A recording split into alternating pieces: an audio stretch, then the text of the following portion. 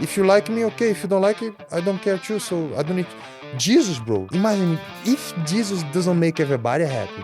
Who am I? Yeah. That's a good point. That's Who an am I? excellent I point. never thought of that. Me either. Jesus pissed people off. Yeah. I remember my brother when I moved to Thailand, I put him to fight in a cage on the sand. 3 fights in one day. Dude. Really? No rules. Small gloves, sand. In Brazil? No, in Thailand. Thailand. Oh, in Thailand, Sometimes sorry. when you fell on the floor, you have to wash the Sand water, out. go back. I wanna let this very clear. I never attack nobody family. I Promise. I promise. Now you attack my family. You're attacking my family. What the f*** was that? I wanna meet him and ask him why did he say that in the middle of the fight. I have no idea.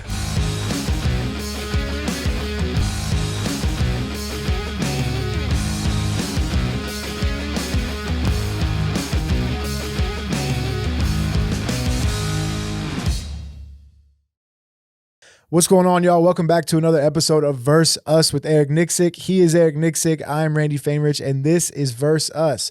Verse Us is presented by MyBookie.AG. At MyBookie, you bet, you win, they pay. Head to MyBookie.AG, use code VSUSPOD to get a bonus on your first deposit. And today we are joined by one of the most entertaining guys on the UFC roster. He is a perennial light heavyweight contender who's fought the who's who of the division. He's a showman, he's entertaining, he's exciting, and he's Cutman Tate's best friend. Johnny Walker, welcome to the show. Let's go, What's up, brother? What's going on, man? How are you? I'm feeling great, my friend. How are Yeah, you? I'm doing well. Six weeks out, right? You're fighting in Yes. June, UFC 316. Feeling great. How is everything going so far? How's camp going? I'm happy, you know. I have a few little injuries in the beginning, as you always have, and I just healing and going through the fucking whatever you can do, right? Yeah. Adapting, just letting heal. I was talking to Eric about this right now before we start, right? How you can manage it, bro. Mhm. Because I think it's the hardest part on a fighter that fight on high performance against the best in the world is managing that to train hard enough, to train smart, to don't get hurt, to don't overtrain. Like, because we are machines, we just want to go, and then Right. we broke. But you have to be just smart, you know. And I think you just get this when you get a little bit older and more experienced and start to really believe in the process. Because young fighter like my brother now, he start listening to me more because he's 27 now. Yep. Before he trained 3 times a day and blah blah blah. Because you have to in the beginning, you have the energy. You didn't spend your body like us to be on the position that we are today. So now I have to be just smart to like develop our skills, like sharpening. You know, you don't need to train fucking really hard because I know what I'm capable of. Of course, then you have to train hard in specific days of the week, be once or twice a week.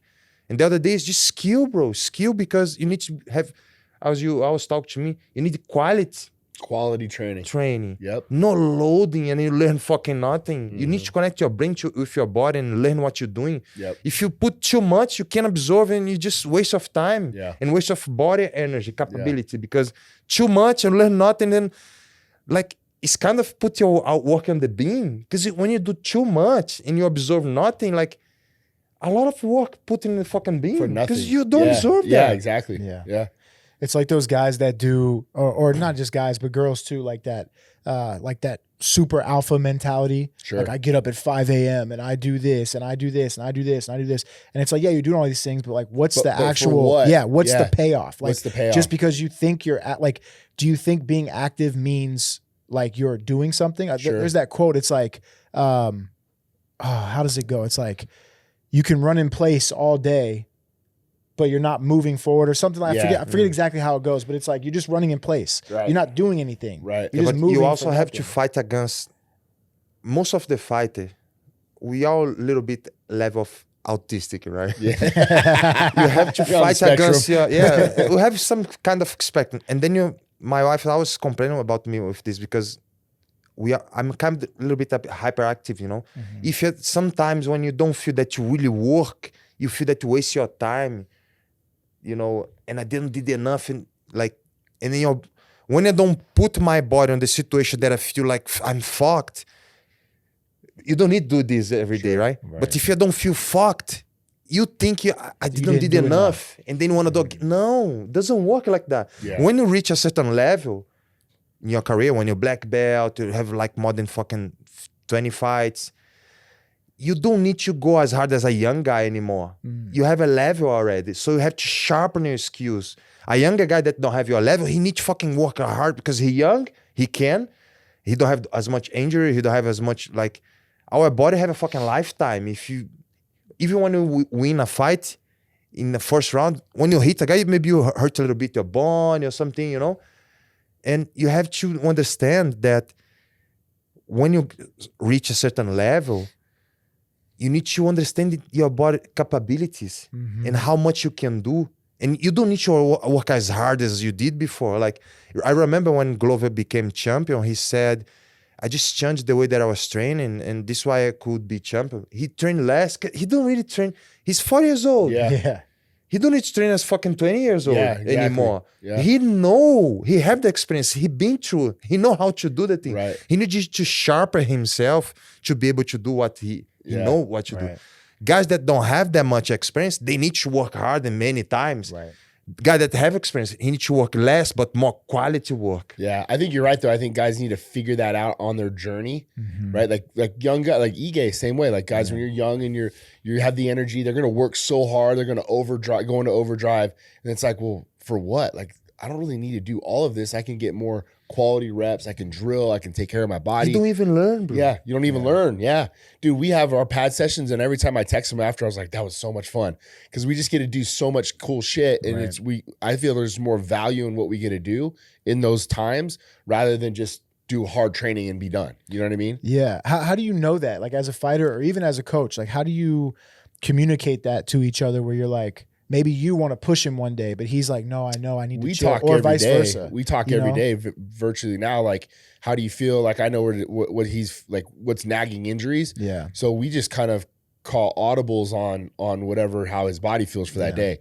So, hey, coach, I feel like this. Okay, here's what we'll do in spite of that. So he still gets his work in, but we'll still get quality stuff in every day, you know? And then when he's like, hey, I feel good today. All right, we're going to spar or we're going to do this. Yeah. So we just kind of, and I think that's the way it should be, to be honest with you. Like, I was talking to Teddy Atlas that one time about how he trains boxers, and he goes, it's a day by day. Like, some days you feel like this, some days you feel like that. Floyd Mayweather, same thing. Yeah. Floyd will show up and be like, nah, I don't feel like sparring today.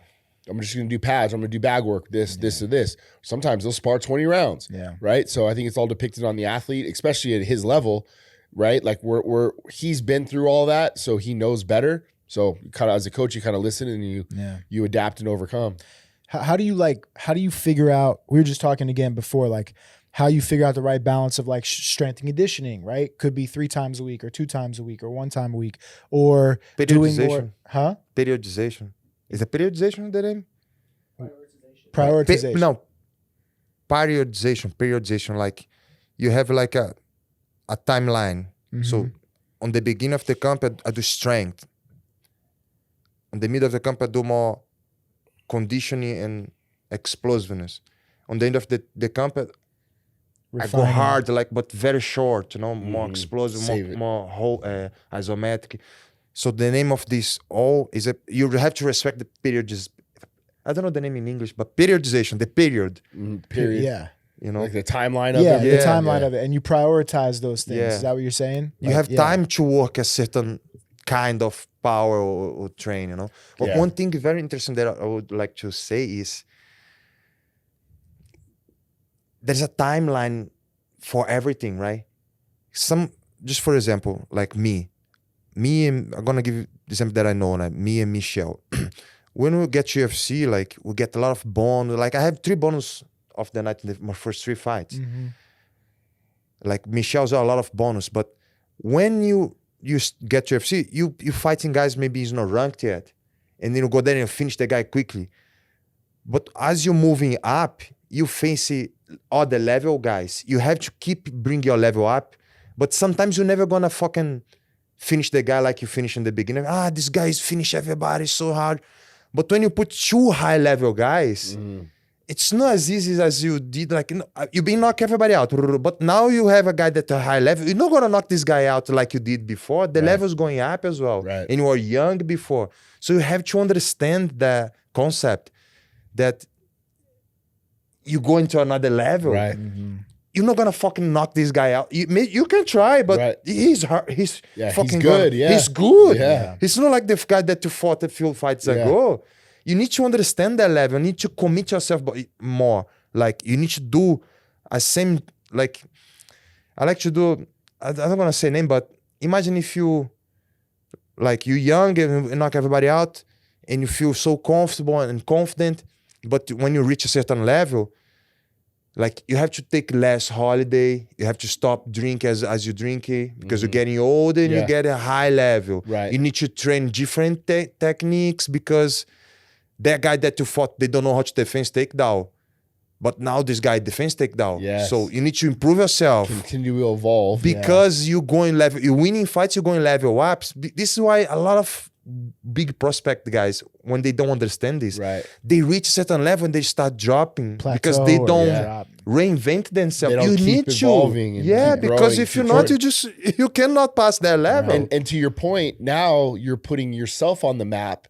And guys are going to take you more seriously now as competition. They're going to raise their game like, oh, fuck, I'm fighting Johnny Walker. Right? Like, and then you talk to somebody, now you need to do, but it's working. Was working there. Yeah. But not you need to lose a few fights to understand that's not going to work anymore. Right.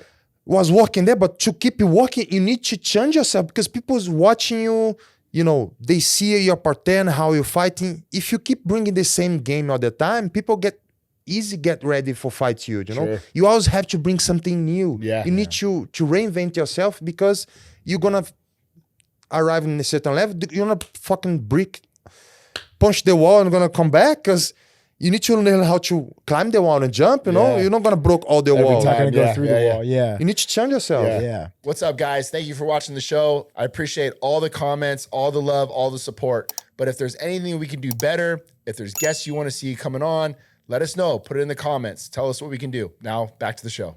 Is that like a mentality you've always had, or you all right? Yeah, I'm doing like a stratosphere training, and I don't know, my ears popping sometimes weird. Like I do Tuesday and Thursday. They do it in that hyperbaric. Yeah. Now, okay. At the apex. And my ear like pop in and out all the time, so it's more flexible now. You know, they take them up to elevation. Right. Yeah. Okay. And then when I drive the car, go upstairs, downstairs, it's popping easily because like popping you just all got the off a time, flight or like something. getting flexible in my ear. Yeah. I was gonna ask, is that like a mentality, or have you always thought that way about how you had to, once you reach, the top of the regionals, okay, now you got to reinvent yourself for the bottom of the UFC, and then you got to reach the middle of the UFC and reinvent yourself, and then the top. Like, is that a mentality you've always had, or did you have to learn that? You learn, bro, because nobody teaches this. You learn when you fucking broke your face, and something's fucking wrong. I always try to figure out what was wrong, what I did wrong, and I just start to realize like what's happening. It's like my brother is younger than me, but he have a good mentality for this, He said, bro, to become UFC champion, it's not just about the level. Have a few guys that they were champion, but they wasn't champion level. They just became champion because opportunities and timing, and somebody get injured and the opportunities come to him, and do you know what I mean? But this guy was champion. He wasn't UFC champion level, but he became champion because the opportunities and the time, circumstances. Yeah. So you need to work with the circumstances as well. If you think you have UFC level champion, but even though you need to get that bigger, higher chance to become champion, you need to work with the circumstances as well. Yes, you have to get everything as much as you get. Like he was saying, you have to be good with Jesus. You have to go to the church. You have to pray. You have to be good with your wife. Mentality. You have to do good diet. Everything that possible do right, you have to be. Even if you think you're champion level, all these things have to work towards on the same way to make you be champion. You have to have a lot of not things just, go right. Yeah. Today is not just I am young, strong, and I have a skill level. I have ability, but I train hard. But it's not enough today anymore. Yeah. And the sport is still young. We have to have what, 30 years? 30 years, yeah, it's about, yeah. It's young 93, sport. 94. Yeah. It's young sport, but still evolving. But today is way harder than was on the beginning, you know? Right. Yeah. On the beginning, if it was more like martial arts conflict, like I strike against grappler. If this grappler put this guy down, he's gonna fucking finish him. But today, everybody fucking knows striking, right? Everybody can do it. You know, the evolution of the sport is crazy. So, bro, it's like, I mean, it's like, imagine like Francis fighting like Mark Coleman. Oh, dude. You know what I mean? Yeah. Like, and no disrespect, but like, it's just the sport's evolved so much. The fighters are bigger, younger, faster, stronger. Like, I mean, even if you think about who arguably the greatest was Fedor. Yeah. If you put Francis and Fedor, the primes, together, Francis mows him over. Like, it's not even close. Him over. Yeah, it's not even close. Because of the evolution of the game. Correct. Like, everyone can do everything now. And that's with all sports, right? Yeah, like, sure. You know, and also, if you start thinking, the fighters getting skinnier, stronger, and taller. If you see a new generation against the older one, they're always big and longer. Yeah, it's like Zell Huber. Yes. Like Daniel at 55. If you put like a older generation with the new one, the new one's so much big and long and like looking like fucking genetic modified, you know? Like you, motherfucker. Yeah, exactly. 6'5". Bro, I posted that picture of me and him next to each other like after the thing, and everybody's like, that dude fights at 205. Yeah. Bro, I'm 6'1", 225. Yeah. And I look like a fucking Like baby. the sport is evolving, you know? Yeah, the fighters evolving together. I mean, Sean Woodson, you guys just fought him a couple weeks ago. He's a 6'2" featherweight. Like, what the fuck? That doesn't even make sense. Huge, bro. Yeah, so crazy. I want to ask and start kind of with, you're in Vegas now, full time at Extreme Couture. When did you make that jump, and kind of what was the reasoning behind coming to Vegas of all places? So I used to train in Ireland, the SBG with John Kavanagh, very great coach. I learned a lot from him, you know. Mm-hmm. But I spent the 4 years. I was trying really hard there, you know. But the only thing that was performing there maximum for me was training partner. Don't have much training partner. Yeah. And then I just said for myself, like, there's not a lot of 6'5", 250 guys in Ireland, I don't think. No, everywhere in the world, it's hard to find, right? But I said to myself, like, I don't want to one day retire and watch some move or see guys fighting. Said, I could do better. Like, right here, right now, it's the best place for me. Yeah. Right? If my career, if I don't become champion, if something bad happened, I will be happy. I did my best. I tried my best with my best capability, with everything that I could do. If it doesn't work, okay, I'm happy. Yeah. But if you're in a place that you think you support, I thought if I move to Vegas and have better, bigger guys and blah, blah, blah, do you know what I mean? Sure. Mm-hmm. I want to get the best and do the best so I don't have regrets when my career is over, you know? Yeah. And then I moved here to Vegas, so now I have good coach, good training partners, like PI, performance. I have nutrition, I have fucking everything. Like, but what's more important is like training partner and coach, right? Yeah. Agreed. You look at the fucking mats in Extreme, and then you just look how many talents, how many fucking good wrestler, good striker, good all around. Like, it's fucking great, right? It's crazy. You can't be like, if you're in the gym that you don't have to fucking kill yourself every day and punch it, broke yourself in the training, but you need to get a difficult time on the gym. Like, you need to have a little bit of hard time. If you be the best day, in the best you don't place. Grow. You don't grow. Like, you need diamond to sharp. Like, how do you polish diamond? With just another diamond, right? Yeah. Right. Iron sharpens iron. Yeah. That's what So this is why I move here, to get the best, so don't have regrets in the future, no? I just accept, like, now I did my best. I was on the best place, so I believe good things gonna happen. Yeah, no? I do too, bro. How's the relationship been? Like, obviously, new coach is probably different for you to get accustomed to, and vice versa, right? Like, how's the relationship been? Have you guys clicked right away? Is there some we've growing always had pains? a friendship. Like, we've always been cool. Yeah. He's traveled in Vegas a bunch, so he's come to the gym and hung out and stuff like that. But then for me, it's like really just sitting down and just kind of understanding what he needs from me and what do you need from me? What's my role? Do you want to bring other coaches in too? And then, we had that conversation. I want you to be my head coach. I want to run this. I want to do this. But then really like in the first month, our communication, because we had the Bogdan fight and then we were literally like, a week out? Yeah. About a week out before he got hurt. So in a lot of ways, it was kind of a blessing in disguise. Yeah. To some degree, like you have to look at like when he was injured and he's like, bro, I don't think I should fight. Yeah. I try to look at the positive perspective from everything. It's like, well, this just gives us more time to continue to grow with each other. Right. But we put a pretty good foundation down in those like 6 weeks that we had together, and then really by the time he was done with his rehab and everything else, we're just right back to it. So, but yeah, that's really it. Just time served. Yeah. What was that? Because correct me if I'm wrong, but wasn't Bogdan like a good friend or family friend? Yeah, I went to his wedding in 2019. We trained together. He been to my brother's corner like all his career. He's helping my brother as well. Like it's just it was weird. Bogdan was training with us, and then and his brother. They all came to camp with us at the gym. And then when Johnny, because Bogdan was coming back to train with us, and I was like, brother, I train Johnny, and you guys are gonna fight. And he's like, oh, no problem. I'll come back after we fight. And he goes, no hard feelings. So really good guy. Did you guys? How's that conversation go? Like, okay, you get a call, it's this guy. He gets a call, it's you. I like, think you guys text each other because I didn't sign, and somebody told him that I signed, and then he signed, and then when he signed, I signed. The fucking the Mick Maynard old dirty trick, bro. The UFC playbook. You signed, okay, let's fight them. Yeah, but you guys didn't like text each other or call each other and anything like that, or kind of like, bro, somebody offered this fight. We just argue a little bit on the end because, like, he told you I signed first, but I didn't sign, Yeah, and we're just like, okay, let's fucking fight then. And so they did that with Sean and Roman. Because I coached both. Yeah. I was in the middle of that. Yeah. So I get a call from Roman saying, hey, Sean agreed to fight me. Like, I thought we were teammates. 5 minutes later, I get a call from Sean. Hey, I got a call that said Roman signed to fight me.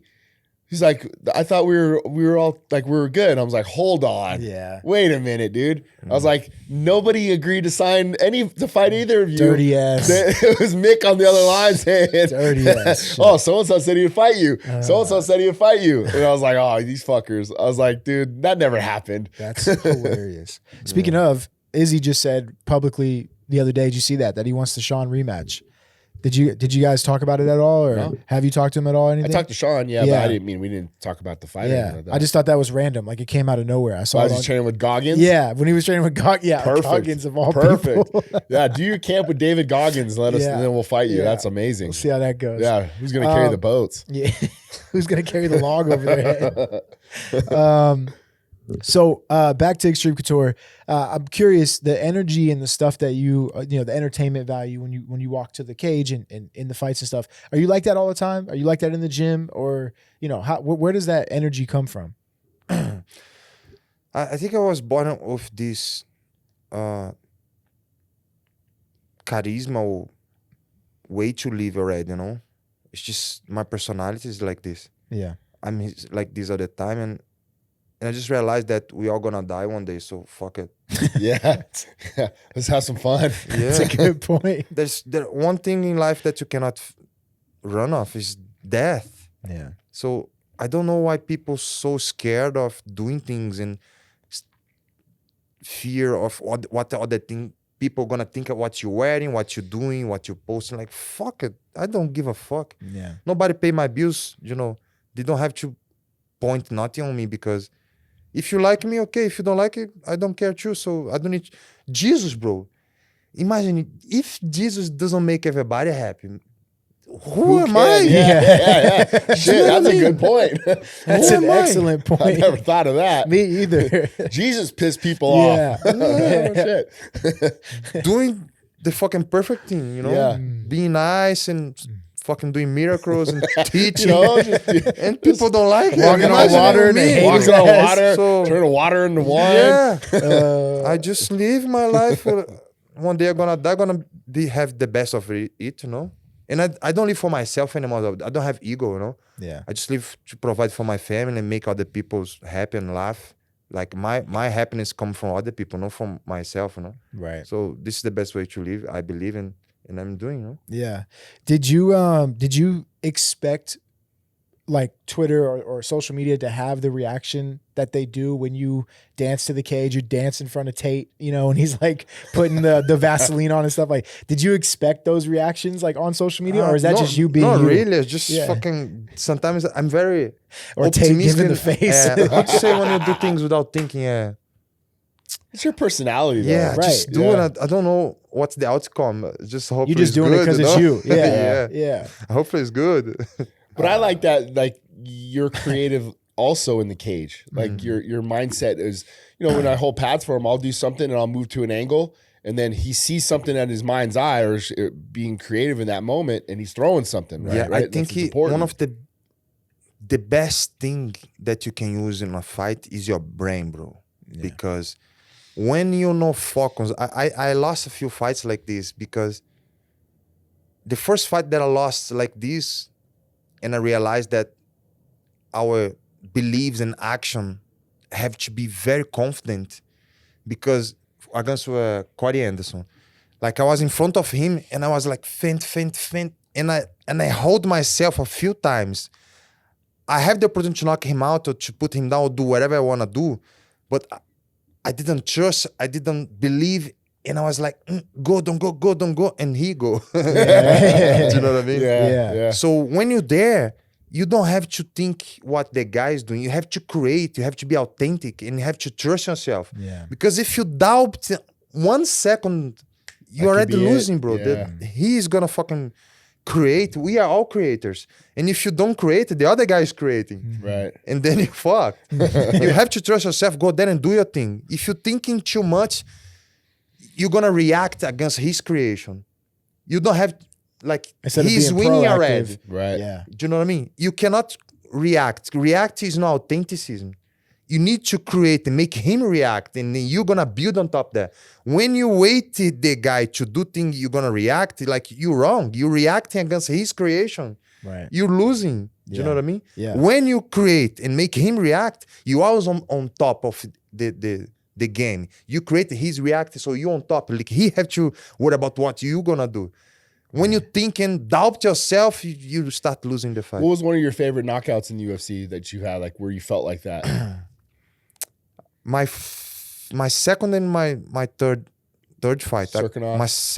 Against Serkinov was good because I was like fucking throwing him information and boom, just flow, you know? Knee, right? It was the Yeah. knee? And then my second against Khalil? just like that. Khalil was a good one as well. Like, I was throwing information on him, right? Uh-huh. In my second fight as well, like fucking was 15-second knockout. Like, I throw information. Pow. Oh, is it Ledette? Yeah. The spinning back fist, right? Kick and fist, yeah. Kick and fist. That was yeah. nice. So Yeah, you that need was to crazy. create and make Yeah. him react.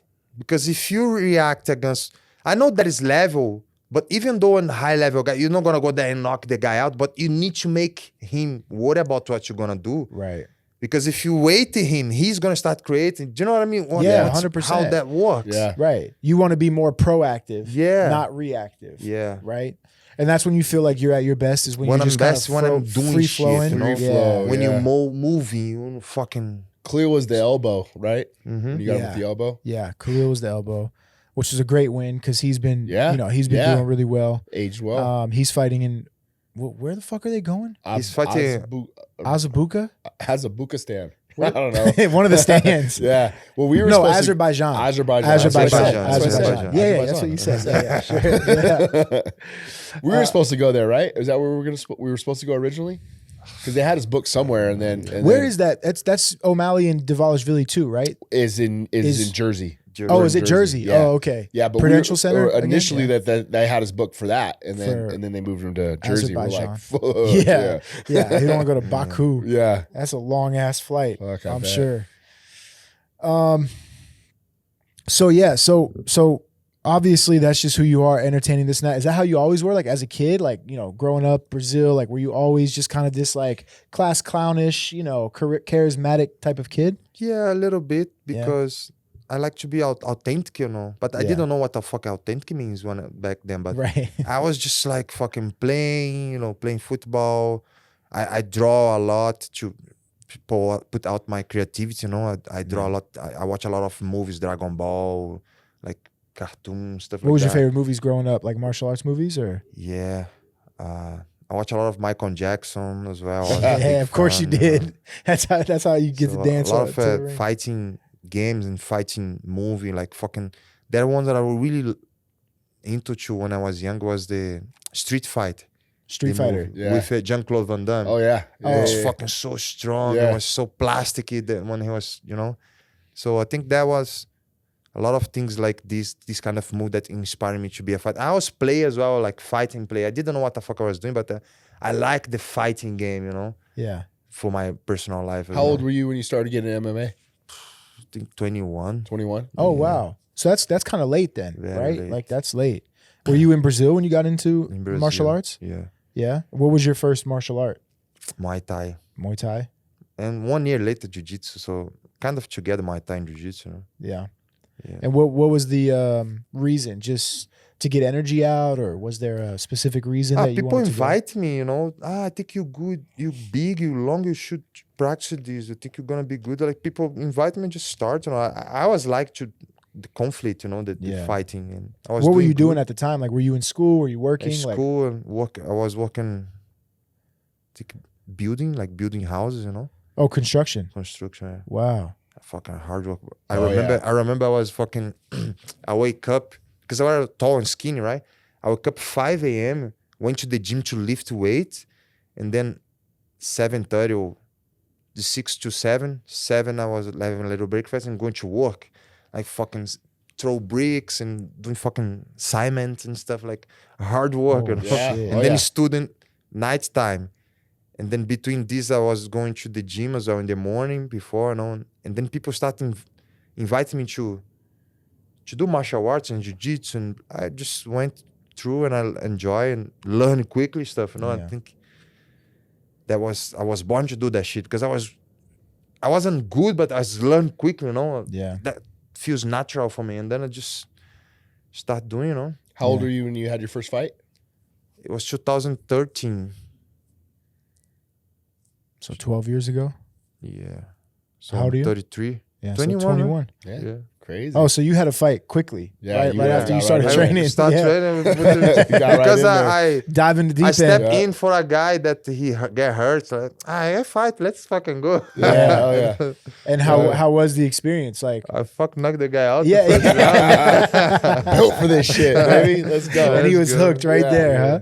So how long did you stay in Brazil training? Like were you there for the majority of your like regional scene fights and stuff like that, or?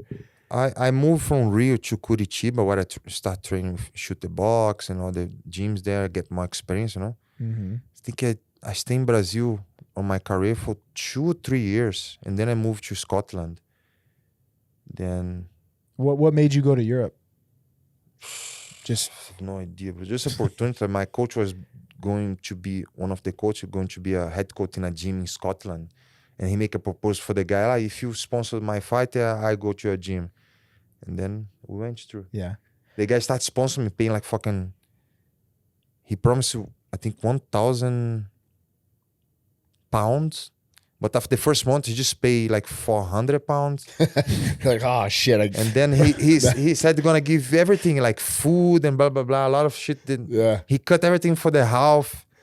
And then I said, fuck. You got your ass to Scotland. And he was like, hold on. Now you're stuck. I don't know how to fucking speak English. I don't have visa to work. And then there, I did 3 fights there, bro. In Scotland? Yeah. No.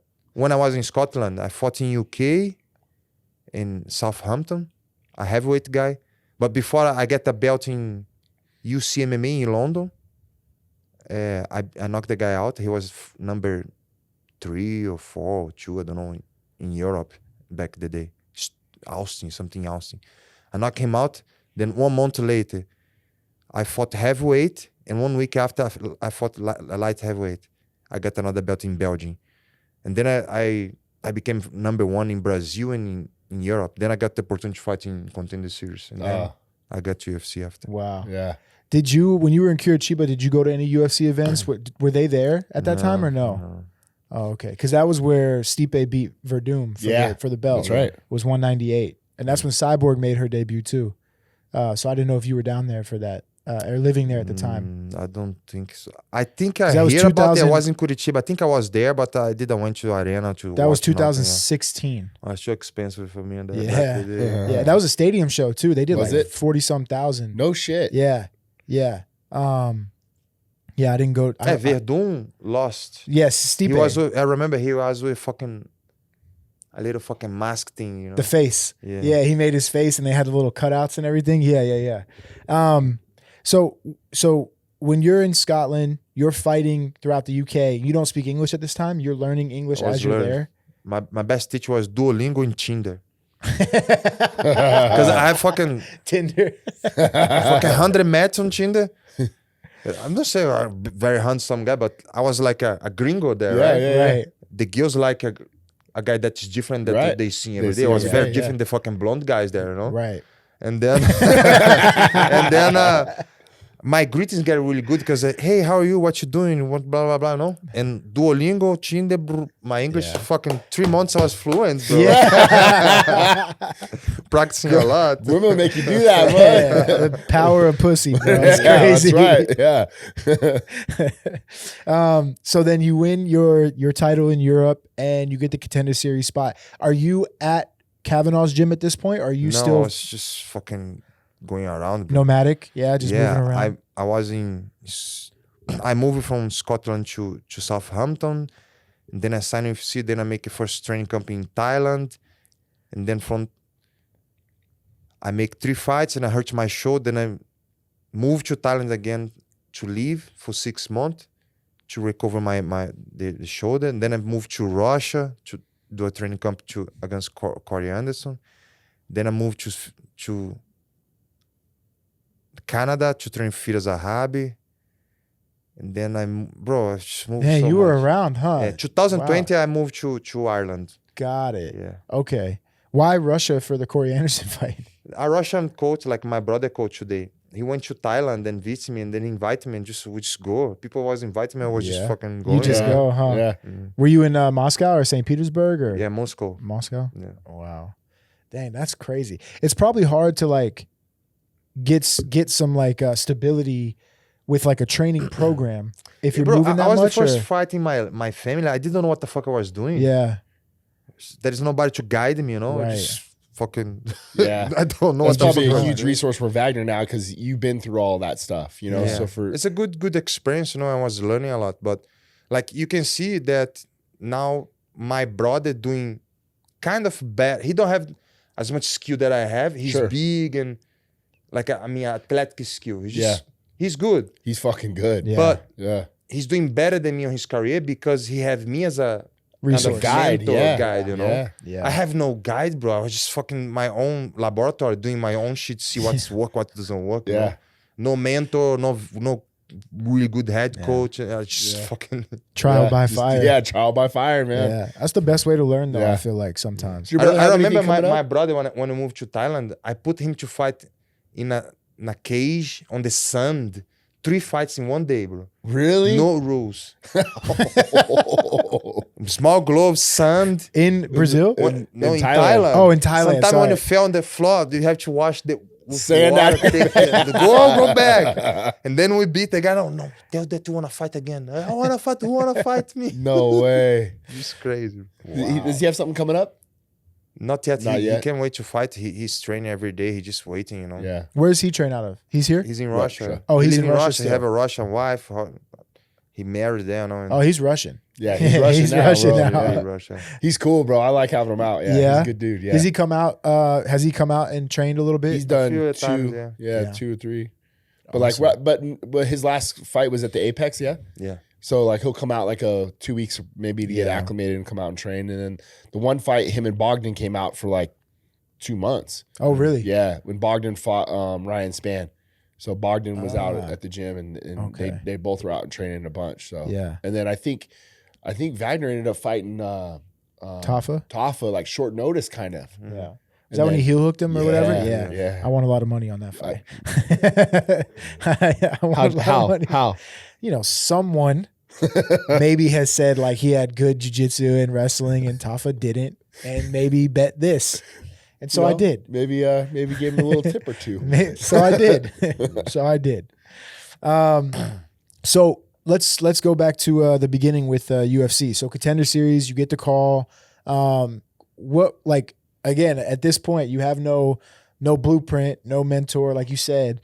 Are you in your head? Is this like the big show, or are you just kind of like, oh, well, they called me, I'm gonna go out there, like, let's just go fight? I have no idea. Bro. Yeah.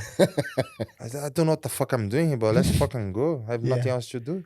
Yeah. So you basically your whole career, you just said yes a lot, and it got you into like the right positions. Yeah. And so what was the experience on Contender Series like? Did you enjoy it? It was really good. Like as I said, I was in my own laboratory, right? Did you fight actually at you didn't fight at the Apex on Contender Series, right? You did? Yeah. So you weren't at the Tough Gym. Because remember the first season of Contender was at the Tough Gym. Yeah. Yeah, Ige was over there. Ige was over there. And Sean O'Malley was over there. So you were Austin after that. Salmon. Okay. I remember on the day fight, I wake up and I eat a lot of bacon and egg for breakfast. I thought you're gonna fight a little bit late, but bro, I fought. All my blood was on my stomach doing my digestion, you know? Because a lot of egg and fat and protein. You cannot eat fat and protein in the fight day. Yeah. I didn't know back the day. I fought 3 rounds. I could finish him if I eat properly. Oh yeah, bro, that was a decision. I beat him, but I was punching him, doing everything. My body was collapsing during the fight because too much acid. My body wasn't washing that shit. I was so rigid and tired, you know? Yeah.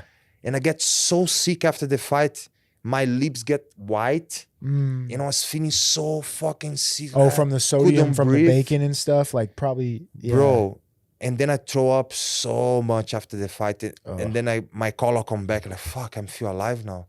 It's just to understand crazy. that my body wasn't ready to fight because it was all my organ was working really hard to digest the fucking protein and fat. Yeah. You know, like... That's like going to the Texas Day Brazil before a title fight. Not a good idea. Not a good idea. So nutrition is a very important thing Yeah. on the fight game because if you eat something wrong, you can get fucked. You cannot perform as your best. Yeah. It's, you know what's something that I've noticed too back in the day, like when guys would make weight, the first thing they wanted to do was eat a burger or they just throw whatever they want. Like, oh, I made weight. No, there's a science to rehydrate. Not only that, like now you have to go out and perform tomorrow. Yeah. So let's save all of that for when you win the fight. Right. You know, but back in the day, like we didn't understand that. We didn't think of that shit. It was like, I made weight, eat a burger. You know, Brad still eats chicken Alfredo. I was like, that cannot be good. Right. I told the story on here before, right? I think I did. We were in, man, what fight was this? Utica, New York? Yeah. I can't remember. I think that's what it was. And I want to say it was Al Iaquinta, but I don't remember exactly who. I think it was Al. But they do the morning weigh-ins. He gets off the scale. He starts chugging, some, I don't know, water or some sort of drink or whatever, and starts heating up like spaghetti and meatballs. It's like 8 in the morning, 7:30 in the morning, spaghetti and meatballs, and just starts going to town. During, like, he made weight, whatever. Bro, not even 5 minutes later, you walk back in. It smelled like throw up and tomato sauce. Oh, yeah. In the whole fucking weigh-in area. Yeah. Because he was just gorging all these like carbs and things that he, felt like he needed to have. And bro, it was nasty. Which the science now, like, we understand, but before we didn't. Right. Because it was just a bunch of fucking idiots. Yeah.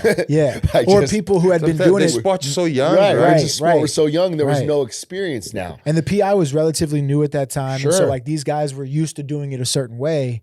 And I think it was Al Iaquinta, but I'll never forget that smell. Fucking, you throw up. Oh, bro. Yeah, because first thing that you have to put is very light carbohydrate. Put some fruit to increase your enzymes and fiber.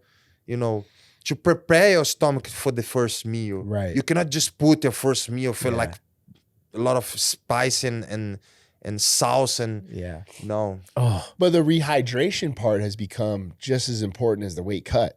right. It really does. But Right. we didn't know any of that shit. Yeah. Like, dude, I remember putting Dennis in a sauna for like fucking an hour. You still good? You Yeah, good, still bro? I'm good. eating fried chicken out of the window. Like, you good, man? Yeah, he's not dead. All right, cool. Like, That's that one was- thing when I was at UFC, I made sure to not do is because you go check in right on Tuesdays and you sign and when I first got there, we'd have a pizza, salad, Dude, chicken just fingers, starving. whatever, eat it, and all these guys are walking in, Oh, fucking staring at yeah, us like yeah, this, and I'm yeah. like, eventually I caught on. I'm like, yo, we should just not do this because this is like so disrespectful. No, These dude. guys are dying. So Julian and those guys, they take us to go eat, like during the fight week, because they just want to watch us eat. Yeah. Like that's how sadistic and crazy these guys Felder are. was Felder was the most psycho I've ever seen. Oh, Felder? Oh, was yeah. Paul Felder was cutting weight one time in I think we were in like Nova Scotia or something, Halifax, and we're like doing this thing, cutting weight, and he's like, I want to go to the candy shop.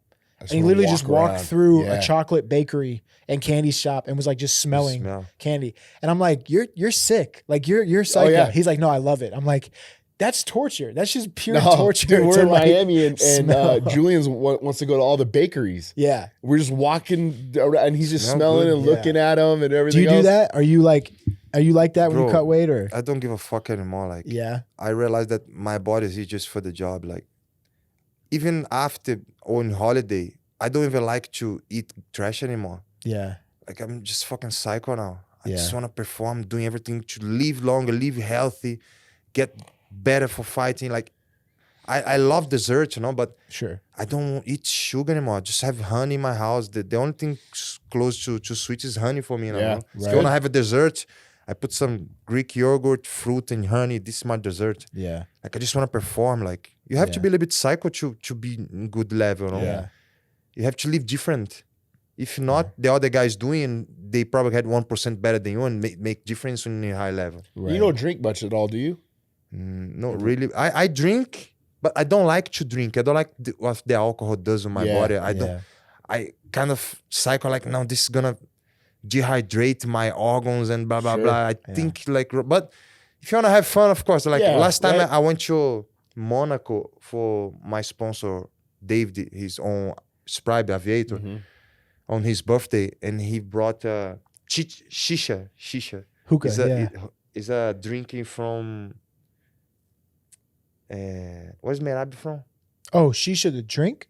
It's a drink? Oh, or- Georgia. Georgia. It's Oh, a Georgia Georgia. kind Ah. of Yeah, I've had that. vodka. Yeah. Oh, okay. I thought he meant Roman brought hookah. it. Roman I thought he brought it. meant like, Good, Yeah, bro. it's sweet. is it? I drink so much that shit. Yeah. And I was like a fucking more than years I wasn't drinking. Was that I just the- drink to have fun with the guy. Sure. Yeah. Was that the video of you, Merab, and Pereira like Yeah. dancing and Yeah. stuff? That, And that was before I drink. That was before. That you was drank. before. Yeah. Hey, you have no idea. How bro. was that out there with those guys? Like, It was really fun. Yeah. It was really nice. Yeah. was that the first time you got to like hang out with those guys? yeah, Or yeah. did you guys talk or We trade any clicked, yeah, it was stories? good, Or, yeah. it was good. It was really That's nice. awesome. Rob's awesome, man. Yeah, Merab too, and Pereira seems like Michelle? obviously he does. No. Alex Pereira Oh, was the Alex, video. Yeah. But he has like the stone face and he's very Oh, whatever. yeah. No, but he he's seems like a cool. guy that's like Yeah. fun to hang He's out fun, with and yeah, like he's he fun. cracks jokes and stuff. Yeah. That's awesome. That's the drinking thing. Like I get now too. The older I get, it's like I really enjoy Can't like sleep, bro. I enjoy like an old fashioned Sure. or a glass of wine or whatever, a beer. But like I don't like to get drunk. yeah, Yeah, same. Like last night we went to the movies, me and my wife, and we sat and had a drink at the bar before. And I think we each had like one drink, and I was like, "Yeah, we're good. I'm good. Let's just Yeah. go watch the movie." Yeah. I can't get drunk anymore. Like it, especially the older I get. I'm 36 now. It's like I can't. My body can't take it. What was it? You know? What was it like in Ireland? Did you go out and drink much when you were out No, there? you have one beer, like the Yeah. Guinness, blah, but I don't really, not much. Yeah. Like everybody drinks so much. I was gonna say, Yeah. dude, when I've In been Ireland, to it has Dublin, to I've be. My been to wife Belfast. stopped drinking. I don't know how do I did that to her. I think she just realized, like, because I give so much example for her. But on the beginning of our relationship, bro, like, fuck, I think I have an alcoholic wife. It's true. Like, it's on the culture. Like, she's very educated. Her family. Where is she from? everybody- Or what is Ireland. Belfast. Oh, she's Ireland. Irish. yeah. Okay. Her family, everybody have fucking degrees, something. They are very educated. Yeah. They sit on the table, then they like very like Formal. kind of formal, no? Yeah. Sure. but they fucking drink wine almost every day, bro. Yeah. And she was drinking every day, like too much. Yeah. Too much. I have to deal for kind of because I look at her and I see her little drunky eyes, you know, like, and when you see somebody drunk, somebody that you love, not very drunk, but a little bit drunk, Sure. you feel that she's missing something. You feel like missing her soul or something. Yeah. You start to feel sorry for her, no? A little bit. Like, fuck, love, you have to stop drinking that much. Yeah. It's too much, like, you know? But she's enjoying it. Just wine. Yeah. Just, yeah. Get a glass of wine. But when you see if she fucking drink the whole bottle, she's small. Yeah. She's know what I tiny. She's And then little. she's drunk. Yeah. Now she's fucking many months without drinking. She's like a Pilates princess now. She's training. She likes to train, no? Before she was lifting very heavy. Now she's doing more Pilates. She changed her style, but she's being more healthy, you know? Yeah. And she realized that you can have a glass of wine, but she's not having even a glass of wine anymore. Yeah. She's just like, I think Like you're improved. good. Yeah, no, she yeah. improved it. Everything in moderation, right? Like, Did you meet Tara in Ireland? in Thailand. In Thailand. And she was primary school teacher. Oh, that's Oh, right. wow. I She remember. teach like yeah. 5 years old children that are like English, you know? wow. And then 1 week before she left, I met her.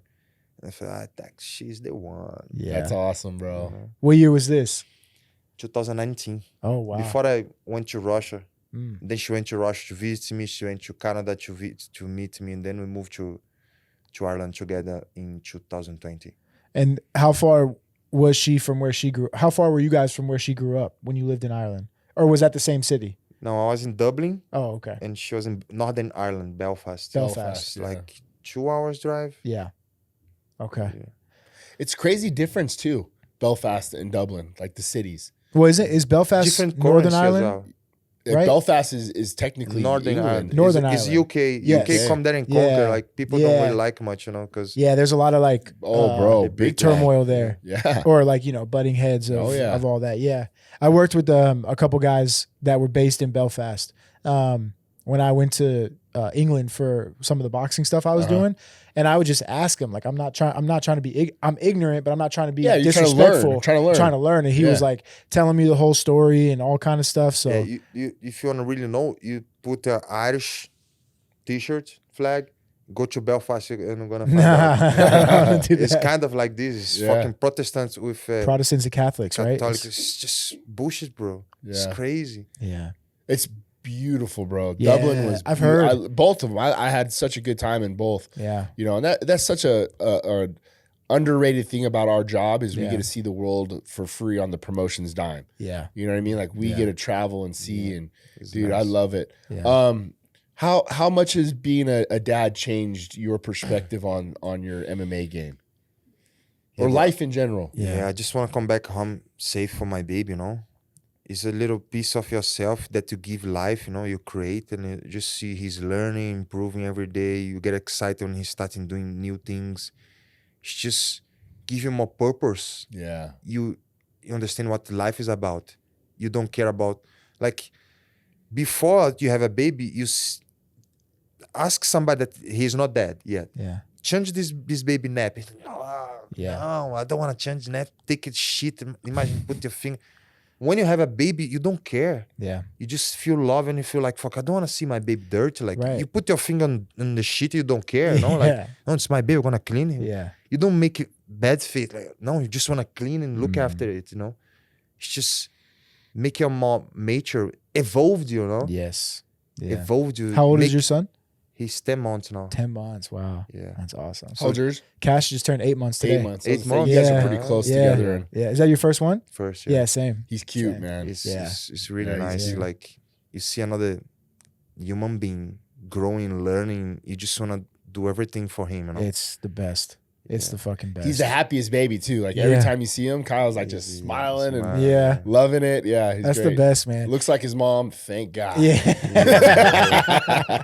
It's really good. Yeah. Yeah, that's the best, man. It's like the purity.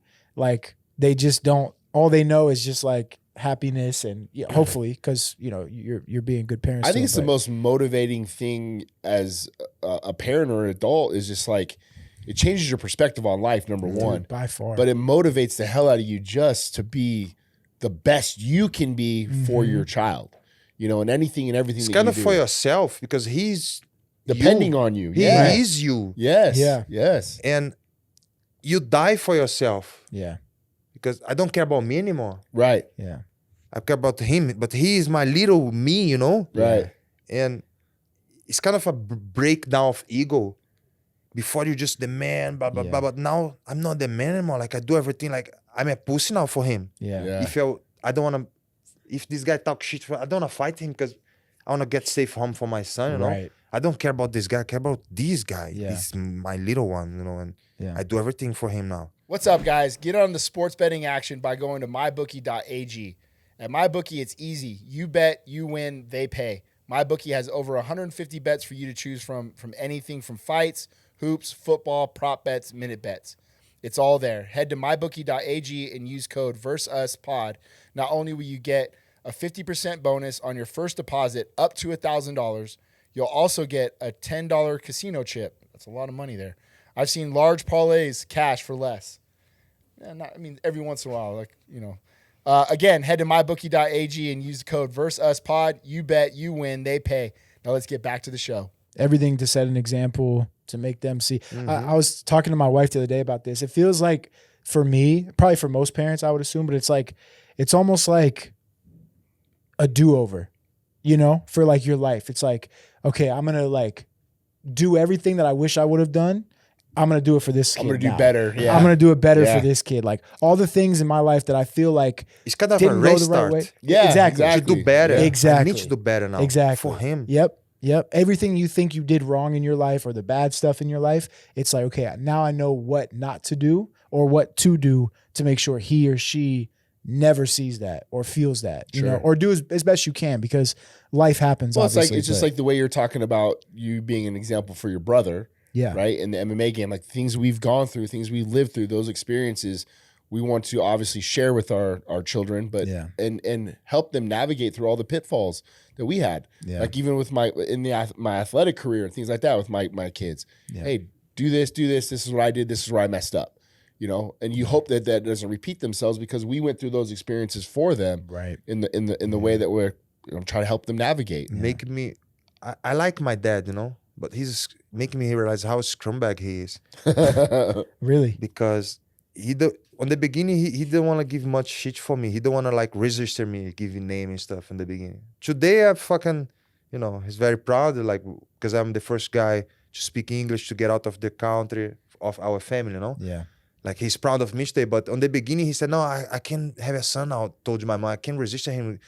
He's going to fuck up my career in the army, blah, blah, blah. And then he find another woman, make another son.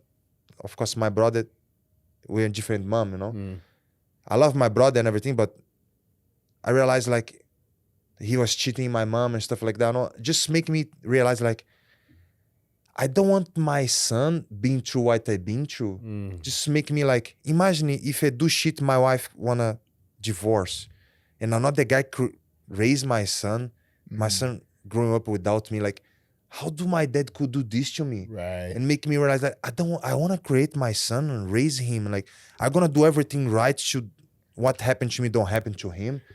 Do you know what I mean? That's a Imagine great if perspective too, because I Yeah. don't think a lot of people understand that, how important that is. Like, you know, And some guys don't understand that. they They don't- keep doing fucking shit. They think Yeah. it's okay. Yeah. They think that's the way it's supposed to be, right? Like you have to break that generational You have to break the cycle. cycle, I was literally yeah. telling Camille It's a this. I break the vicious cycle of my family, you know? Because Exactly. I don't want that thing repeat. Yeah. No, I want to be the dad of my son, Yeah. you know? Right. And be with my wife. I know it's hard because because you UFC fight and blah, blah, blah, you know? And fame and blah, blah, blah. But I'm very lucky that I married the woman that I have, because she's fucking everything that I was wanting and wishing for, Yeah. you know? And if you keep looking, you always want to have temptations everywhere. Right. You just have to be strong. But what I want to say is a child turned a guy life when he realized that, fuck, I need to do better for this Right. little one. Yeah. Right. You know? Yeah. You got to set the example, right? You want them to see a loving family, loving parents, like all that stuff. So yeah, I'm with you. Like I was telling Camille too, I was like, the more that I am a parent, right? The longer it goes, obviously, like I can't imagine dads leaving their kids, like walking out on their kids. Yeah. Like it's fucking. And this happen a lot, and all I the don't time. understand. Me Like, either. what's like, wrong with and these you, guys? Like when you come home and you see this little boy's face or little girl's face, and they're Oh, so it's the happy best to thing see ever. you. So Bro, fulfilling. How the fucking- fuck could you? Yeah. How the fuck could you leave Oh. that thing? You know what I mean? Especially when you look at like Yeah. now in best case scenario, right? Like you get 50-50 with that kid if you split up. Right. That's best case scenario. Right. Maybe she moves and takes the kid, whatever. Right. Dude, I couldn't do that. Like fuck, No. I'd be heartbroken. It's- I'm on the road enough. Right. You know? Right. And you imagine another guy raising your child. That's Like, what another the thing, Yeah. too. fuck, Yeah. bro? Hell no. That's another Because thing. your silliest decisions and Yeah. fucking Yeah. choices. Because you bro. couldn't keep your dick in your pants, Yeah. you know what I mean, or Yeah. something like that. No Shannon fucking Sharp. way. I wanted to ask you, a guy that you fought, competed last night, Anthony Smith. He's retiring. Kind of how we thought the fight would go. Zhang trains with us at the gym. Oh, does he? Yeah, so we I kind of. want to let this very clear. I never attacked nobody family. Yeah, I know. I promise you. I promise you. Now you attack my family. No. You're attacking my family. Now what? What the fuck was that? I want to fucking meet him and ask him why did he said that in the middle of the fight. I have fucking no idea. Bro, Bro, even I your forgot. confusion in the middle of the fight, you're like, What? what are you talking about? Like, oh, yeah. I forgot all about that Yeah. shit, bro. Yeah. I forgot he That said was that. so weird. Oh my God. Well, so was the backstory that like his house had just gotten broken into? Was that around that time where he I fought think you? so. Yeah.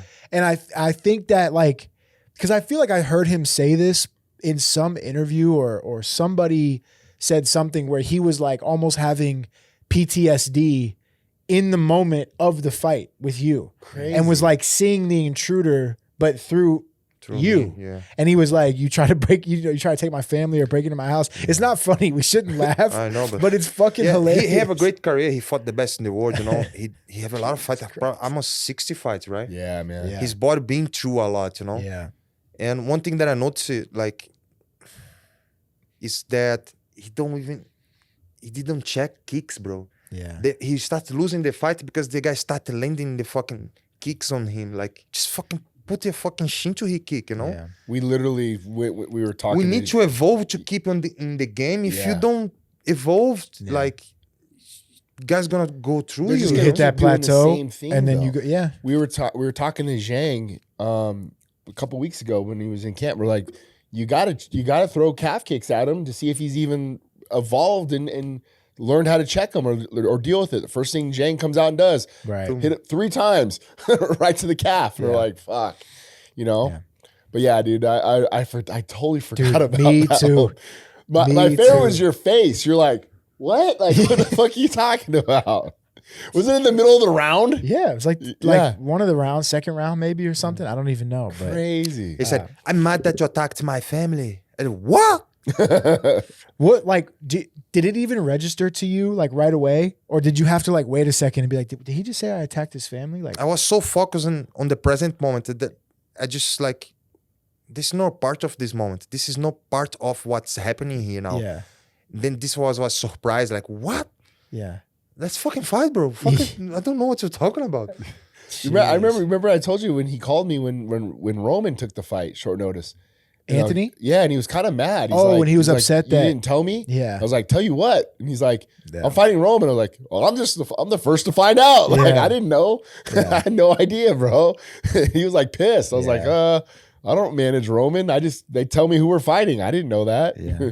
I love Anthony. Yeah. He's had a good career, long career. I Yeah. remember when he was calling for Dana to sign him because he had already had like 30 fights before he got signed to the UFC. He was 40 Strikeforce, too, fights. for a while. A Yeah, lot of Strikeforce. fights. He was, but he was at some promotion because he kept wearing this hat when he would win. It was like, call me Dana or Oh, sign yeah. me Dana or something. Because I remember that. I remember him like really trying, because he was fighting in the regional scene in, where's he from? Iowa? Nebraska? Omaha. Yeah, Nebraska. So, but yeah, shouts out to him. Long I thought the UFC did a fight. good job with that whole little montage they did at the end of the I didn't fight. see his fight. It was cool. Yeah. I mean, I like the way they sent him off. Yeah. Like they knew it was his last fight.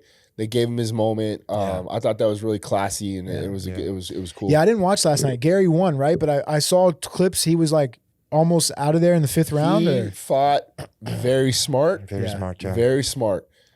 He did a good job. I'll say this. The one thing that, like, because him and I have talked about this, and I don't want to give away our game plan, but he did a very good job out of the open stance. Yeah, he fought the guy's same stance as I fought. I have to fight kind of similar to what he did as well. And there are a lot of the same things that him and I were talking about. Gary did in that fight to occupy Pratas' hands. Yeah. He did a very good job. Yeah. And very good job. I just, one thing that he did a little bit wrong, but he was moving a lot of footwork good, but he put his back on the cage. A few times, you know.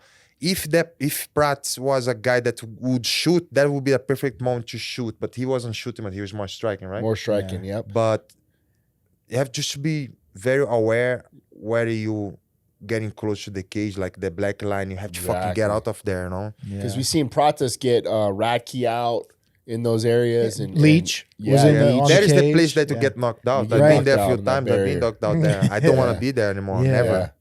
But, Pratas, he fought well too. He did. I feel like he had a hard time because of Gary's activity. Yeah. I think Gary was keeping him occupied with offense. Yeah. I noticed that a few times Gary was giving his hand to touch, like when he did something good or no good. Like he's kind of keeping friendly. I think that helped Gary. That's the game plan too. Little psychological there To get more range. Because like, like high-fiving him. Like, high-five between the fights. Yeah. Like sometimes the guy getting the momentum and he do something good and you have good. It's and like, good job. You Oh, cut to, like, the guy cut the momentum. momentum. Yeah. Psychologically, like, bro, he's a fucking enemy there. Yeah. You give your hand to touch, you're gonna fucking kick your hand and spin back, kick in your face. Like, bro, it's a fighting game. You be friends after. When you fucking there, don't fucking touch nobody's for 15 hand. or 25 Because minutes. that we're was a not fucking friends. game plan. It was working. Dude, it was smart. That's a good point. He cut the guy momentum many times. Yeah. Like, good one, a good one. I remember No. I said to Annie, I go, get his fucking phone number. Call him after the fight and be friends. Like right now, I'm trying to take your head off. Yeah. Because I noticed that. I hate that about. But I never thought of it from your perspective that was Ian playing into a role of, hey, we're being nice guys right now, but to stop the momentum, I never thought of it that way. Stop. You Yeah, can, shit, if you I watch never the fight thought of it again, like that. you see like, you stop the momentum because the guy hit him once good, then very good one, good. The guy, good. And it was pissing me off because I was like, stop doing that. Yeah. But I thought of it from aside from like with Ian Garry, like stop trying to be his friend. Right. But that's a great point. He was Mind doing games. it playing mind. Wow. Yeah, shit. There was That's a game plan that was working his way, you know? Yeah. And Pratas was playing right into it. Yeah. High-fiving him back and hugging him. And I'm like, fuck this, dude. Like, bomb on this guy. That's a big jump for Pratas, and he did, obviously performed really well. What do you think he does next? Like, because they said Gary's gonna be the backup Sure. for Bilal and He's going up to Montreal? Jack Della. Yeah. So obviously Shavkat would be next. Usman and Buckley are fighting now. We talked about that that's for a Atlanta. while. So what does Pratas do? Do you go back to the Jeff Neal fight? It's not a bad fight. Yeah. It's not a bad fight at all. I mean, you already had it booked, so it's not a bad fight. And Jeff Neal's a dog, so It's a I big mean, jump. I think it's a good Did you guys fight. watch the Eubank Ben fight yesterday by chance? The boxing match? I didn't. I heard it was amazing. Bro. The parents was world champion both, right? And they fought before too. Yeah, and then the sons fought. Yes. There was a world champion fighters or just No, it wasn't for a title. But that 12th round, holy shit. What was it on? I mean, I don't know. DAZN maybe, but I pulled it up on, Yeah. DAZN, obviously. Okay. But I think it was on DAZN or something. But dude, that 12th round was incredible. And Conor Benn was coming up from 147 to 160. And Eubank was coming, I think, down from 68 to 60 because they were meeting at a catchweight. So it wasn't for a belt. It's just because they don't like each other. Yeah. Which is always a good fight, you know? Yeah. That's scrap. But it was awesome, man. I'll It was check it awesome. out. Ben got hit with some bombs and took them. And he threw some bombs and hit Eubank with them. It was a great fight. This next couple weeks, you got Garcia, Raleigh Romero, Devin Haney, and Jose Ramirez Teofimo Lopez. That's the Times Square card. Oh, sick. They're literally putting a boxing ring in Times Square. Crazy. Yeah, Turkey and those guys. Oh, wow. And then Canelo the next night, and then Inoue is fighting in Vegas. First time fighting in the U.S. Yeah. Really? Yeah, I'm trying to get tickets right now. Where's that at? I think MGM. Oh, dude. I think. Remember we were doing those Inoue drills that one day? Yeah. Boy, yeah, he's fighting next. I think it's next Sunday. I think here in Vegas. So you watch much boxing? Just the heavyweight guy. The heavyweight guys. Yeah. Francis should be back in May. So. Oh really? Yeah. Back in Vegas or? Oh really? Back in Vegas. Oh nice. He actually. I told you he hit me up the other day. No. Yeah, he hit me up like maybe like 2 weeks ago actually, not the other day, but yeah, he was like. He was in you know how Francis is, like in the loudest place possible and wants to have like a serious conversation. It's like, bro, I can't hear you. You speak low already and it's loud as shit in the background. I can't hear you. So I was supposed to call him back and then I haven't called him back. He's excited to be able to work with, without telling him Johnny was out here. He's like, yeah, that'd be fun. That's awesome. Last, I guess we'll get you out of here shortly, but do you ever go back to Brazil or how often do you go back home? I brought my mom. I make her tourist visa, so she stay there for a few months here until my fight, and then she come back. But usually I just go there to see my mom, and my sister. Yeah. My dad sometimes. But I'm not much excited to go to Brazil because I was telling you, like, there's a time frame that I have to, be very selfish and train and work, because that is my time now. Yeah. I can go to Brazil the rest of my life after. Yeah. So I don't get much excited. I really want to go to Brazil and travel when I have more time, because Brazil is beautiful and I don't know much Brazil. I just fucking raised in Rio and that's it. I want just to the neighborhood states. Right. But Brazil's fucking big. Have everything there. Yeah. Have deserts. Have like cold place. Have like everything. Dunes. Do you know what I mean? Like, it's beautiful. And one of my careers over. I'm gonna still be young and I wanna go and travel there, but I don't go much in Brazil right now because I have nothing to do there. Yeah, I love. Have you been to Brazil yet? I have not the been. food is fucking amazing. The food is pretty damn good. The feijoada. Everywhere, places in Brazil is different colons. Right? Yeah, Spanish, German, blah blah blah, Italian. Every place you go, different state is different spice, different kind of food, and all good. Mm-hmm. Yeah. You can't get tired because if you travel around Brazil, it's so fucking big. Yeah. Everywhere you go is different food, something new, The accent of the people is different. Yeah. The look of the people is different. We have blonde, we have ginger, we have black, we have Asian, do you know what I mean? Yeah. And all different culture, different food. So Brazil is very diversified. You don't get boring, So this is why I tell you, when I have time, I want to travel Brazil because the food is amazing, the weather is good, and the place is different, people different. Yeah. So it's really nice. I'd like to travel more. I've been to Rio twice for 2 events. Love it. Had a great time both times. One time wasn't the best time, but yeah, I love it down there. The food is great, except the farofa. Farofa. I don't like farofa. What is that? It's like a pillowy rice. Really? It's like It's like rice. It's a root, kind of like there's a root called mandioca. They want that to make pão de queijo, stuff like that. I love that. The cheesy bread. Bro. But the farofa is the root, like powder and dried. Yeah. It's kind of sand. Oh yeah. Yeah, it's like a dry couscous. Yeah. Kind of like super dry. They mix it with beans. That's like the feijoada, right? It's like with bean, like the little black bean. Yeah, and it's good when you mix liquid. it all together. But I had it like dry, and I was like, no, look like sand. Yeah, I was like, what the fuck is this? But I love Rio, man. We got robbed at gunpoint one time. Really? Yeah. Sucker. Yeah, the second time. Was that with Reed and those guys? Reed wasn't there, but it was. We were staying in Baja, right, which is like I guess a little bit south of the main city, and it was. Damn, who was it? I was with Megan, Olivi, and Heather Linden coming back from dinner, and they're like, "Oh, we're gonna go inside," and I'm like, "Oh, I'm gonna go," because they have the little kioskas right on the beach. Is that what they're called? Mm-hmm. Kioskas, and so people were over there. So I went across the street to the kioska. We had some drinks. It was Lillian, Carol, who's also PR. She was brand new at the time. Brian, Butler. Butler. Yep. The gun? Hauser, yeah.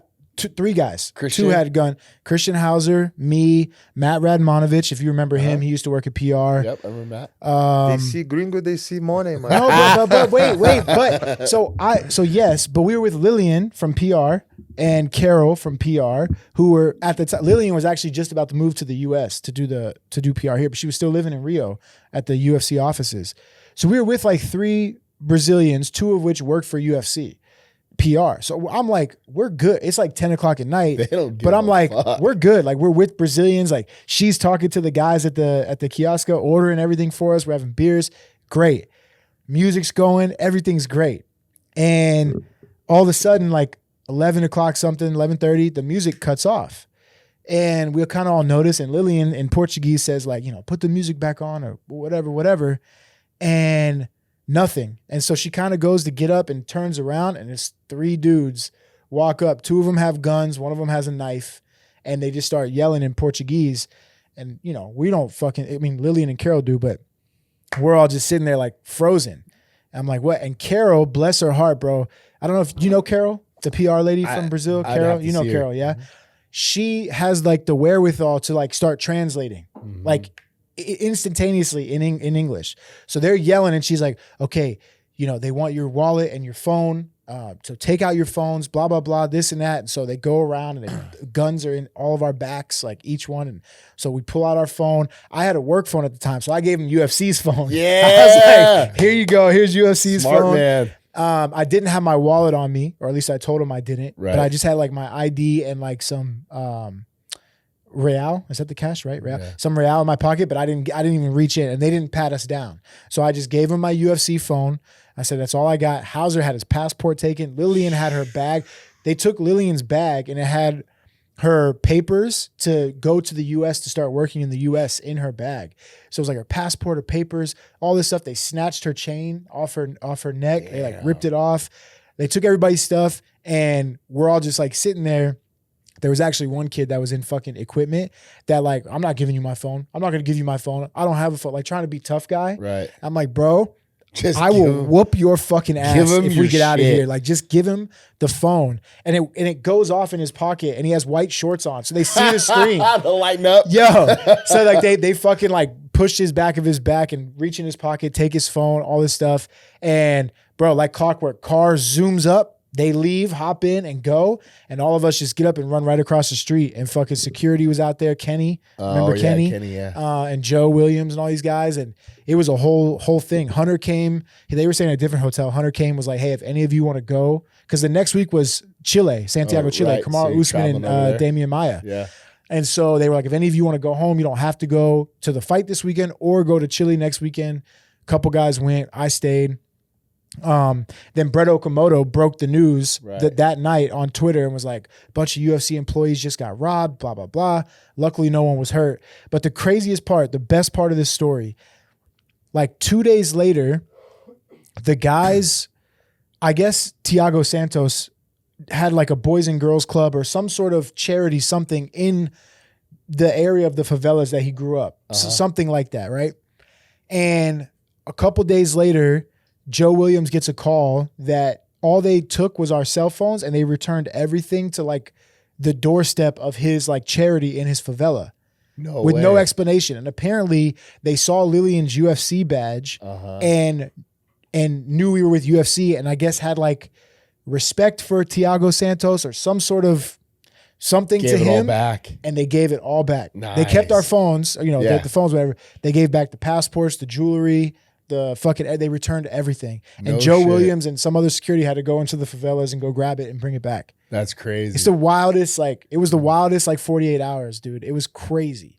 But being robbed in Brazil at gunpoint and not speaking the language, I was like, oh my God, man. Is this how I die? For fucking Amanda Nunes and Raquel Pennington? Yeah, no. Is this the fucking fight that I die for, bro? No. Like, God damn it, bro. The rematch, like... This is it. Like, it couldn't have been like Aldo or Anderson or somebody. At least I die watching them. But anyway, it was all good. But my craziest like UFC story. Well, one of the craziest UFC stories by far. But I'd love to go back still. I have friends in Fortaleza. I have friends in Sao Paulo. Like I want to go back and explore more because you're right. Like I've seen like sand dunes and desert and lakes and obviously the beach and what's the parade? What's the big carnival? Like, I want to do all of that. You know what I mean? So yeah, that was my crazy Brazil story, bro. I dodged that Brazil bullet, man. I didn't. I love it though, man. It's so like the people were great. Obviously the food's great. Yeah. We had a great time. Because in Rio and São Paulo, some points that a lot of tourists go. Yeah. There's always very big eyes of drug dealers and like guys with guns that want to do robs. Because they know that place, a lot of tourists with dollars, gringos go there, you know? So when you know that, you when you go to this place like this, you start looking for a little bit less visible places for these kind of things happen, you know? Yeah. You don't need to go there because there's just all tourists go there. So I was gonna have a fucking plan to get some money from gringo there, you know what I mean? Yeah. Have a lot of other places that's not very visible for them to you go and have fun with more safer That's where I thought we were. Yeah. I thought we were because we were with, I blame Lillian. Yeah. It was her fault. She was in on it. She was in on it. She was in on it. But yeah, now I remember her saying, she was like, the guys at the kiosk probably like called their friends or texted their friends and let them know like, hey, there's 11 fucking, gringos here, Americans here. come get your pick of the litter, whatever you want. So Johnny, I wanted to ask you, moving back to kind of the fight game, Ankalaev's performance against Pereira, guy that you fought, Ankalaev. What'd you think about his performance? I was watching very attentive for that fight when it happened, and Ankalaev is just very, very technical. You know, this is high level. He's been training for a long time, and he was